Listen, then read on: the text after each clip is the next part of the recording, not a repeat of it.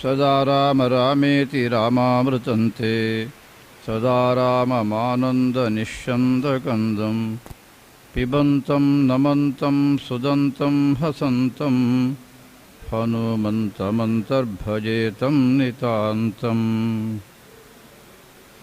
हरलीलावताराय शङ्कराय वरोजसे कैवल्यकलनाकल्पतरवे गुरवे नमः।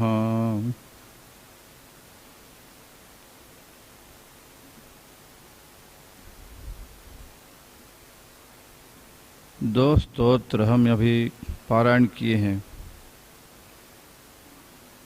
उसमें एक शिव जी का है और दूसरा है राम जी का। पहले शिव जी का स्तोत्र हम पारायण किए हैं। उसमें शिव का विशेष महत्व उसके बारे में कहा है और शिव जी का तांडव नृत्य और तो विशेष है। स्वयं भगवान लोगों के लिए एक विशेष नृत्य करता है, उसको तांडव नृत्य कहते हैं। उसके बारे में वो तो स्तोत्र है। और दूसरा है राम रक्षा स्तोत्र। ये राम जी के बारे में है। इस स्तोत्र में क्या कहा है ये तो अत्यंत मुख्य है। दो भी मुख्य है, उसमें राम रक्षा स्तोत्र अत्यंत मुख्य है। क्या कारण ये तो जानना पड़ता है। रक्षा स्तोत्र, जिस स्तोत्र को हम पठन करते हैं उस स्तोत्र यदि हमें रक्षण देता है, हमारा रक्षण करता है, तो उसको रक्षा स्तोत्र ऐसा कहते हैं। इस स्तोत्र है राम रक्षा स्तोत्र। इसका अर्थ है इस स्तोत्र में राम जी के बारे में ऐसा स्तोत्र किया है या ऐसी तरह स्तुति किए हैं, ये पारायण करने से हमें विशेष रूप में हर क्षण रक्षण मिलता है। यह है विशेष इस स्तोत्र में, इसलिए इसको रक्षा स्तोत्र ऐसा कहते हैं। स्तोत्र में पहले ये स्तोत्र कौन हमें दिया इसके बारे में ऋषि ऐसा नाम है यहाँ, बुध कौशिक ऋषि हम बोले ना अभी।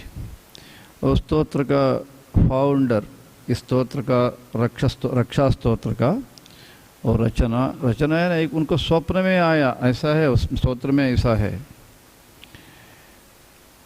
और उसके बाद राम जी के बारे में एक ध्यान श्लोक है, ध्याये राजानुबाहुम, ऐसा राम जी के बारे में स्तोत्र। और उसके बाद राम जी के बारे में ही दो तीन स्तोत्र कहते कहते शिरो में राघव पातु, शेर हम जानते हैं, राघव पातु ऐसा आरंभ होता है ना। सब स्तोत्र में राम जी का ही प्रार्थना है, ये तो हमारा ध्यान में हमें रखना है। मगर राम जी का जो भिन्न भिन्न नाम है, सुग्रीवेशः ऐसा एक पद है, एक शब्द है, सुग्रीवेशः पातु ऐसा यहाँ कहते हैं। ये राम जी का नाम है सुग्रीवेश, यानी सुग्रीव को भी वो तो प्रभु है। ऐसा राम जी का स्मरण करते करते क्या कहते हैं इस श्लोक में, शिरो में राघव पातु, यानी राघव राम जी मेरा सिर, ये तो सिर का रक्षण करना है, करता है, करो ऐसा प्रार्थना करता है श्लोक। ऐसे एक एक अवयव को राम वो तो रक्षणा करना है, राम को रक्षणा करना है, राम तो अवश्य रक्षण करता है। इसलिए मैं प्रार्थना करता हूँ मेरा सब शरीर में जितना अवयव है ये सब राम जी अवश्य ही रक्षा करके मुझे अनुग्रह दे दो, ये प्रार्थना है इसमें। इसका आवश्यकता क्या होती है? हमारा जीवन में हर दिन हम भिन्न भिन्न कर्तव्य करते हैं, काम करते हैं, प्रयाण करते हैं। उदाहरण के लिए प्रवास करते हैं। हम सब जानते हैं प्रवास के समय कुछ भी अपघात हो सकता है। वाहन में जाते तो भी हो सकता है एक्सीडेंट, पैरों से जाने के समय भी होता है भिन्न भिन्न प्राणियों का उपद्रव। ऐसा जीवन में केवल प्रवास के समय नहीं, घर में काम करने के समय या अध्ययन, स्कूल में अध्ययन के समय हमें तो भिन्न भिन्न कष्ट, समस्याएं आते हैं। इस सब से हमें रक्षण आवश्यक है। हमारा कर्तव्य जो है, अध्ययन हो, घर में काम करेंगे या ऑफिस में काम करेंगे, जो कुछ भी हो, इस करने के समय हमें अत्यंत आवश्यक है वो तो काम, कर्तव्य निर्विघ्न रूप में होना है। वो इसके लिए हमें परमात्मा का ये अनुग्रह आवश्यक है।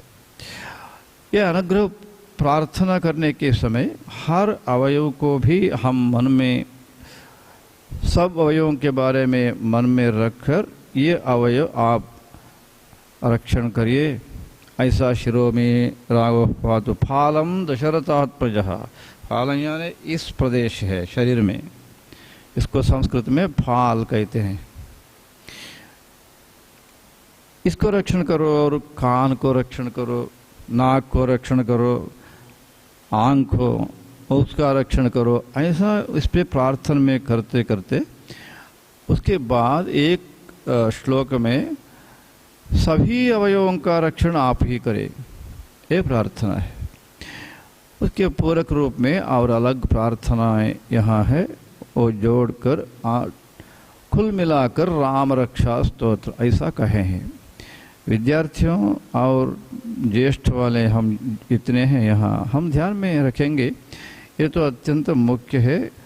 सब क्षण में भी हर दिन यदि हमारा मन में या हमारा कंठ में कंठस्थ यदि होगा, यदि स्तोत्र हम जब स्मरण करते हैं, जब आवश्यकता होती है तब स्मरण करते हैं, उस समय में अवश्य ही रक्षण मिलता है हमें। ये तो अत्यंत मुख्य है। इसका फायदा, फल, राम रक्षा स्तोत्र का पठन करने से क्या मिलता है? सब कुछ मिलता है। मुख्य रूप में हमें रक्षण मिलता है। कभी भी हमें कुछ भी विघ्न या समस्याएं ये सब नहीं आते हैं, तब दूर जाता है। यह तो इसका विशेष है। आंजनेय हनुमान जी का एक स्तोत्र है, वो तो रामायण में आता है। नमोस्तु रामाय सलक्ष्मणाय देव्यै च तस्यै जनकात्मजायै नमोस्तु रुद्रेन्द्र यमानिलेभ्यो नमोस्तु चंद्रार्क मरुद्गणेभ्यः। एक स्तोत्र है, सामान्य स्तोत्र है, मगर इस स्तोत्र का शक्ति इतना है, इतनी शक्ति है, जब हमारे जीवन में संकट आता है या दिग्भ्रमण, क्या करना है, कब करना है, कैसा करना है, इसके बारे में बुद्धि काम जब नहीं करती है, उस समय में यदि हम नमोस्तु रामाय सलक्ष्मणाय इस स्तोत्र कहेंगे तो अवश्य ही हमें रास्ता दिखाता है। इतनी शक्ति है। स्वयं आंजनेय, रामायण में ऐसी कथा, स्वयं आंजनेय हनुमान जब सीता जी नहीं मिलती है, श्रीलंका में अन्वेषण करने के समय कुछ कहाँ भी सीता का कोई चिन्ह नहीं मिलता है, उस समय हनुमान जी को दिग्भ्रमण हुआ, क्या करना है। अभी शपथ लेकर आया था, अभी तो सीता जी यहाँ नहीं है, नहीं मिलती है, तो क्या करना है, इसके बारे में बहुत सोचता है आंजनेय स्वामी। और अंत में इस श्लोक कहता है आंजनेय जी, नमोस्तु रामाय सलक्ष्मणाय। इससे उसको आगे का रास्ता दिखता है। ये रामायण में आया है। ऐसा ही राम रक्ष स्तोत्र में भी एक एक श्लोक ही बहुत महत्वपूर्ण है। कुल मिलाकर हम हर दिन पारायण करते हो तो हमारे जीवन में हर दिन रक्षण वो तो मिलता है। जीवन में सब लोगों को, केवल विद्यार्थियों के लिए नहीं, सब लोगों के लिए भी रक्षण तो अत्यंत आवश्यक है। इसलिए हमारा पूर्वजों ने यह दिए हैं। मैं तो बहुत संतुष्ट हूँ, कारण इस बचपन में ही आप राम रक्षा स्तोत्र अध्ययन किए हैं। इसका कंठपाठ करना तो अत्यंत आवश्यक है। सब संदर्भ में, अवसर पर ये कागज हस्त में हाथ में लेकर तो पारायण कर नहीं सकते हैं। जब कंठस्थ होता है तो वो जहाँ आवश्यक है वहाँ हम पारायण कर सकते हैं। इसलिए आपको तो बहुत सुलभ है, सुविधा है, बचपन में शीघ्र ही कंठस्थ आता है। इसलिए शीघ्र आप कंठस्थ करिए और हर दिन ये राम रक्षा स्तोत्र आपका ही अवश्य ही राम रक्षा करेगा।